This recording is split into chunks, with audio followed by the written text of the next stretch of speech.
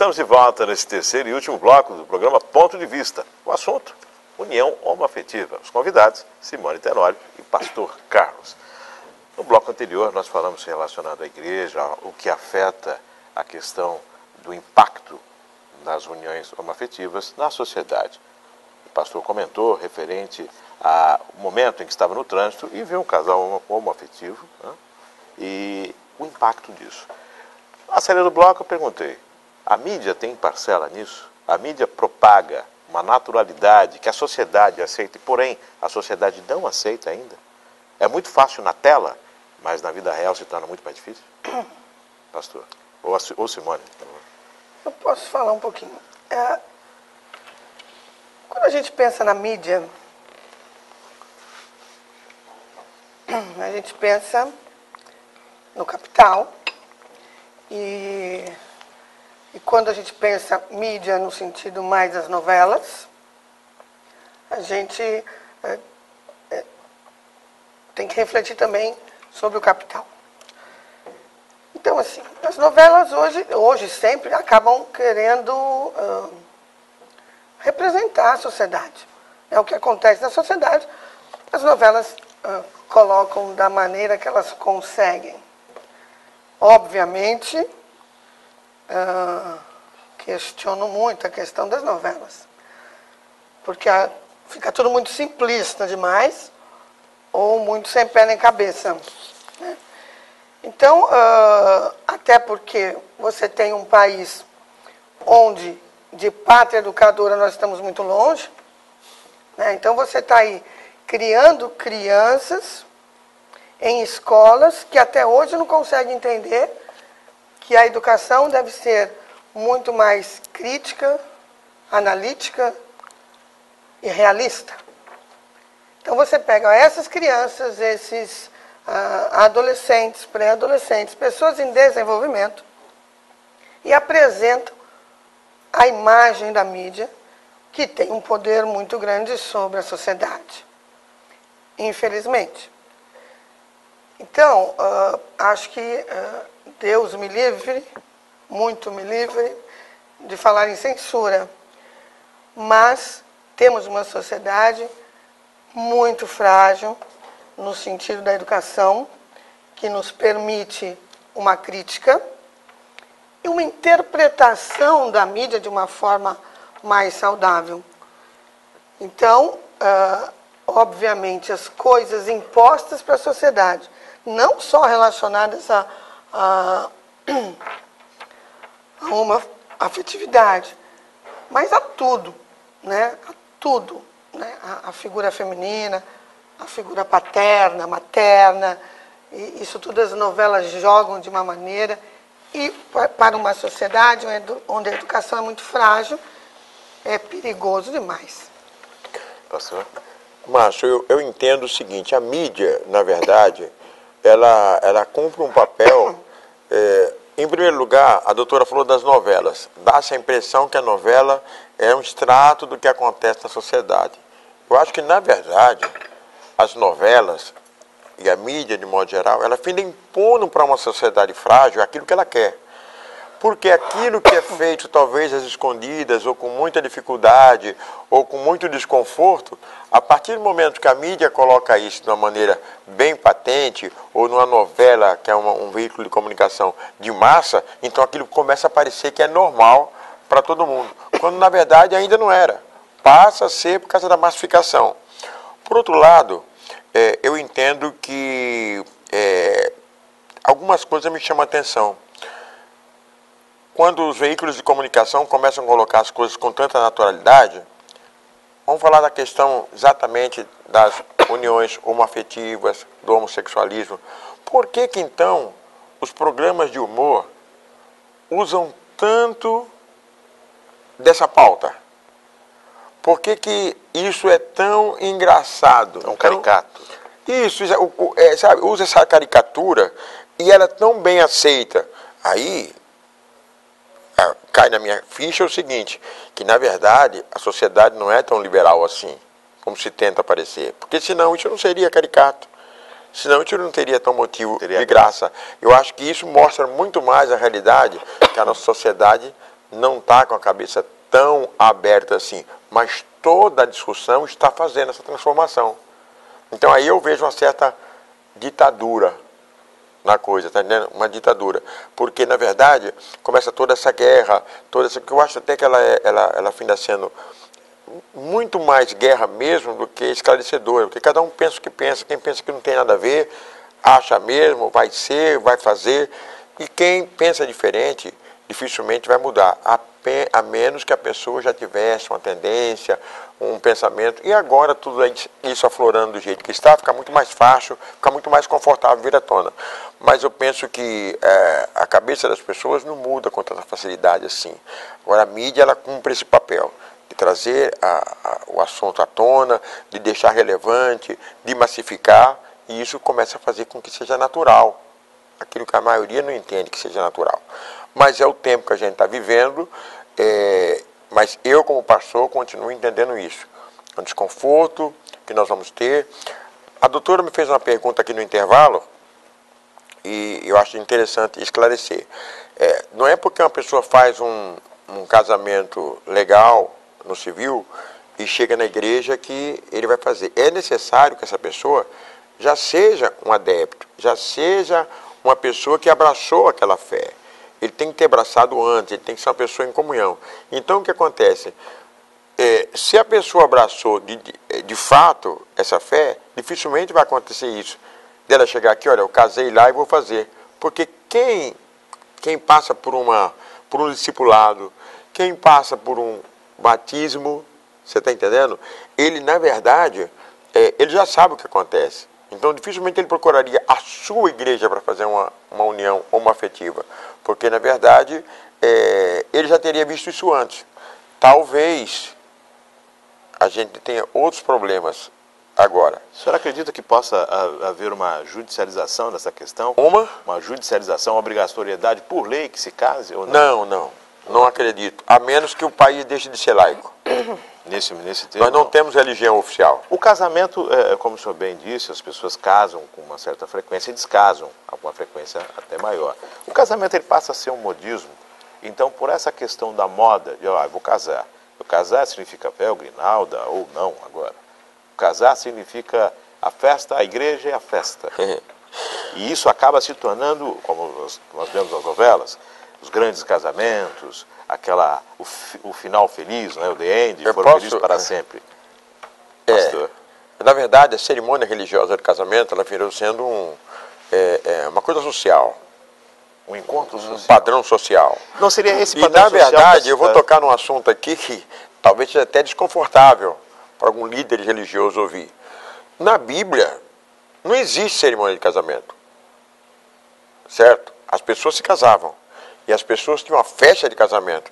Mas você não vai ver na Bíblia cerimônia de casamento. Isso é um negócio que virou o social associado com o religioso. Na Bíblia não tem. Agora, era necessário que as pessoas fossem casadas de direito e de fato. Lá atrás não tinha cartório, não tinha cerimônia de casamento, era a publicidade. Uma festa de 7 dias que tinha as famílias reunidas, aqueles que estavam em volta. Essa publicidade era a oficialização legal do casamento, que todos naquela aldeia, naquela vila, naquela cidade soubessem que a pessoa casou. Aí a gente fala, não, mas Jesus foi numa festa de casamento. Bodas de Caná. Mas Jesus foi nas bodas de Caná. Inclusive, recentemente eu fui a Israel e estive lá em Caná. Caná da Galiléia vive em torno daquele milagre que Jesus fez lá. Mas veja que coisa interessante, Jesus não foi lá fazer casamento. Jesus foi lá como convidado. A necessidade do fato que acabou o vinho foi que aconteceu, que foram falar com Maria, mãe de Jesus, ele andou fazendo milagre. Mas Jesus não foi lá celebrar casamento. Mas não tem ele foi lá como convidado. Por ser uma festa de casamento, uma festa de bodas de casamento, ou seja, o casal que conseguiu chegar a um tempo juntos, não tem já um significado nessa ação de Cristo? Sim, aí sim, macho. Mas aí é o que eu te digo, natural. Eu pertenço a determinada igreja, não importa se é católico, igreja evangélica, em todos os atos da vida, nasce um bebê, você leva para o seu líder religioso apresentar ao Senhor. É natural que numa data como essa, você queira a bênção de Deus. Além do conhecimento da igreja, da comunidade, tem a bênção de Deus, a oração, isso não está errado. Eu estou apenas fazendo uma avaliação que isso começa a colocar em choque até as cerimônias. Se torna um modismo. Então, na E isso virou um modismo. E se vier a acontecer o que você disse, eu não vejo possibilidade disso, mas, digamos, não, se casou lá, não importa se é hétero ou é homo, a igreja vai ter que fazer, você pode ter certeza que vai deixar de ter casamento em igreja. Simone? É o meu pensamento. Eu acho que modismo é um termo simplista demais, né? Porque é uma moda que dura tantas gerações, né? Não, eu entendo o que você quer dizer. Mas eu acho que é mais esse evento social. Não, né? E outra coisa, Simone, vamos falar português claro. Quando a gente fala que o casamento é a sociedade mais antiga, que foi instituída por Deus, a gente entende que é divino mesmo. Sabe por quê? O sujeito, por dificuldades da vida, por dificuldade de renúncia, as batalhas que tem para se viver junto, decide terminar o casamento. Não é natural que ele fale assim, não quero mais casar. Não, ele tenta 2, 3, 4, ele quer viver casado. Porque o casamento é... Cara, o casamento é o casamento. O casamento é o início da família. Está entendendo? Então, por isso que há toda essa batalha, eu diria quase espiritual, né, o tema do nosso programa aqui, para que se dissolva a família tradicional. Mas eu usei aqui uma fantasia, que se todo mundo quiser fazer casamento homoafetivo, então vai acabar a sociedade. Isso não vai acabar. Porque a família é uma coisa de Deus, o casamento é uma coisa de Deus. Eu apenas fiz isso para a gente refletir. Você está entendendo? Porque esse modismo que você falou, dessa questão homoafetiva, é porque nesse momento agora só está se levantando o lado bom, que todo mundo quer ser feliz, que todo mundo quer ter o direito. Mas a continuar, o que disse aqui a doutora, a psicóloga, o lado ruim disso vai surgir também. E aí vai se começar a entender o equilíbrio da coisa. Eu assim, o lado ruim e o lado bom caminham sempre juntos, né? E eu insisto, assim, até voltando à questão da mídia e a questão das novelas, né? O lado ruim é a forma como que eles colocam, fragmentado, abusivo. Mas aí eu caio de novo naquela necessidade do escândalo para sair de um estado para o outro, né? Então aí as novelas e a mídia acabam entrando nesse sentido do preciso ter o choque, porque senão não transforma. Então, de novo, o lado bom e o lado ruim caminhando. Agora, na verdade, os casamentos, o lado ruim, né, já existe.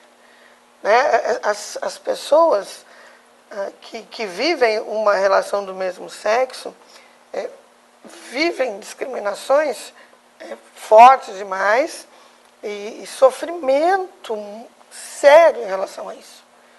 Né? Porque desde de novos, né, as pessoas têm esse olhar de externo para ela diferenciado. Então, por isso os movimentos, por isso as leis, por isso as proteções, por isso esse cuidado, principalmente pela discriminação e pela minoria, de todas as minorias.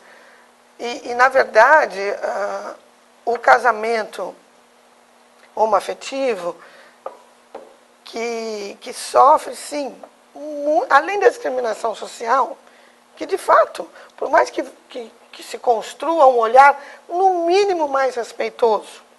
Né? No mínimo, mais respeitoso. É a mesma coisa, quando a gente pensa em minoria, é a mesma coisa que você querer discriminar qualquer outra situação de minoria. Por exemplo, uma deficiência. Né? Se eu não cuidar, se eu não olhar, se a sociedade não acolher, é uma minoria. Então, as minorias devem ser cuidadas, né? Olhadas com mais atenção, porque todas as relações são banhadas de conflitos e alegrias e sofrimentos. Mas a questão da relação homoafetiva, além de lidar com a relação de fato, como qualquer outra, ela tem que lidar também com o diferente, com a discriminação, com a confusão interna que eles enfrentam. E aí a psicologia, eu acho que pode ter essa contribuição, não tenho certeza, né? Porque antes de eu querer transformar o meio que vivo, essa transforma está dentro de mim, e esse fortalecimento comigo mesmo, né, com uma característica minha, seja ela qual for, me fortalece para que eu possa defender a mim mesma, né, e a minoria que eu represento. Então, entendo assim, que realmente, como o pastor comentou, não sei se foi no ar, mas assim, temos hoje a justiça cuidando do seu lado, né? Que ciência, apesar de humana, tem essa, né? Apesar de algumas situações, a rigidez da ciência, mas ela tem esse caminho de transformar. Temos a psicologia, a saúde, vamos assim dizer, com esse olhar de transformação, de acolhimento e de obrigação de atuação, né? Diferente da fé, né? A fé deveria ser escolhida, né, por cada um, e há situações que não são escolhidas, né? São impostas ou acontecem assim desconhecidas, e a ciência, a saúde principalmente tem que cuidar, né? Cuidar e fortalecer. Agora acredito sim que a questão da fé, né, é onde aí o desconforto realmente, acredito que todas as questões da fé, para serem discutidas,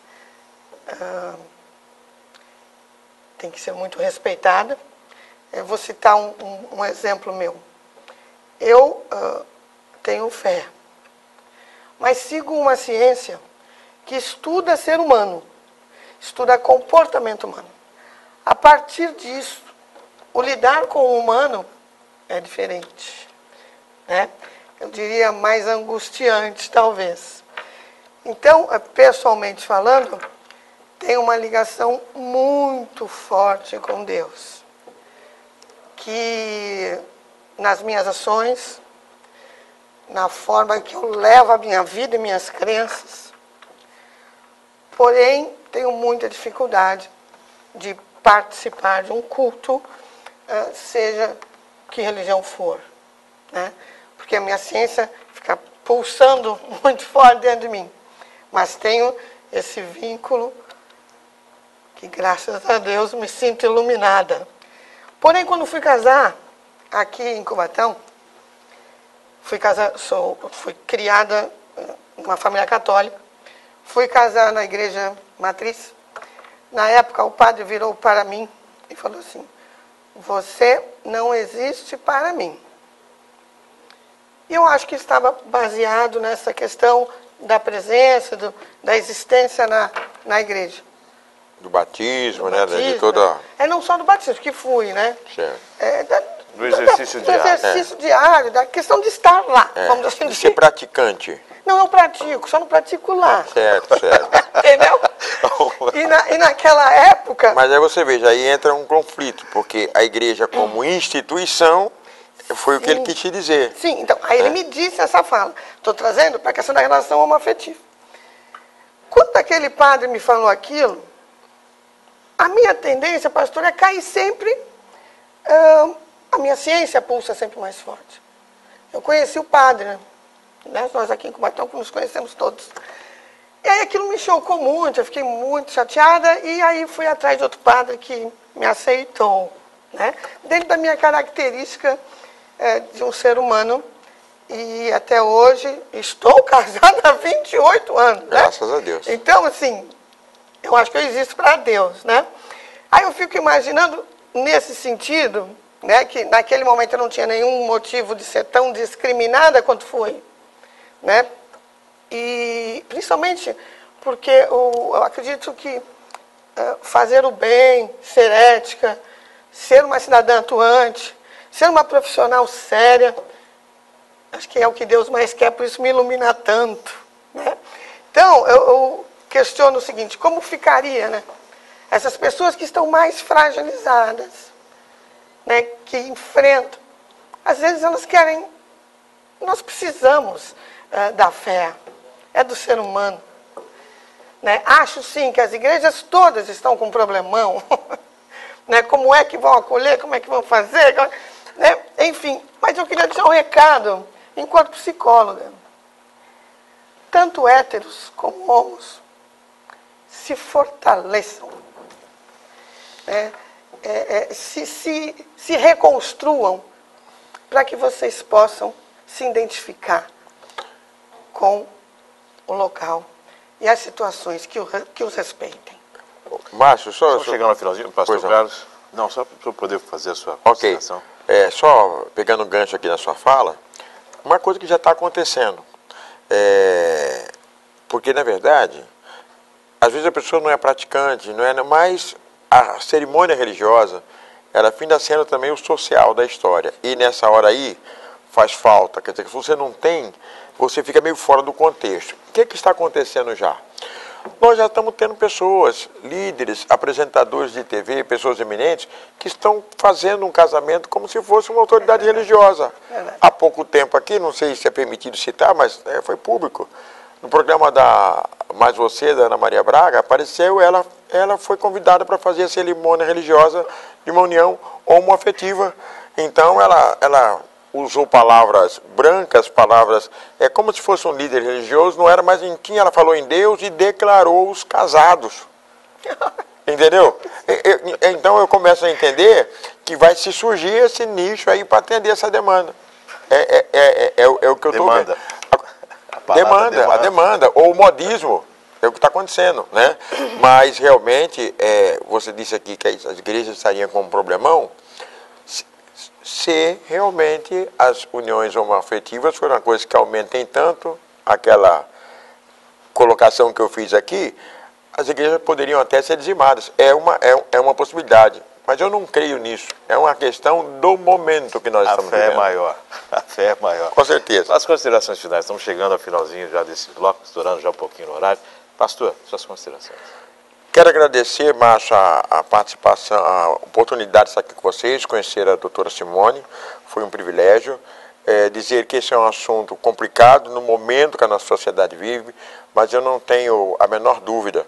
O Brasil é um país de muita fé, é um país que tem a maioria cristã, talvez por isso que a gente esteja vivendo toda essa polêmica. Nós já vemos outros países aí como Suíça, Holanda, passaram por esse momento e hoje eles já convivem com os problemas dos resultados, não é? Mas eu acredito muito na fé que o Brasil tem, no cristianismo do Brasil. Eu creio que é forte o suficiente para ter firmeza na sua fé sem perder a postura, sem perder a ética. Sem perder, nós não precisamos transformar isso numa guerra, não há necessidade. Eu posso defender a minha fé, sem ter que atacar ninguém.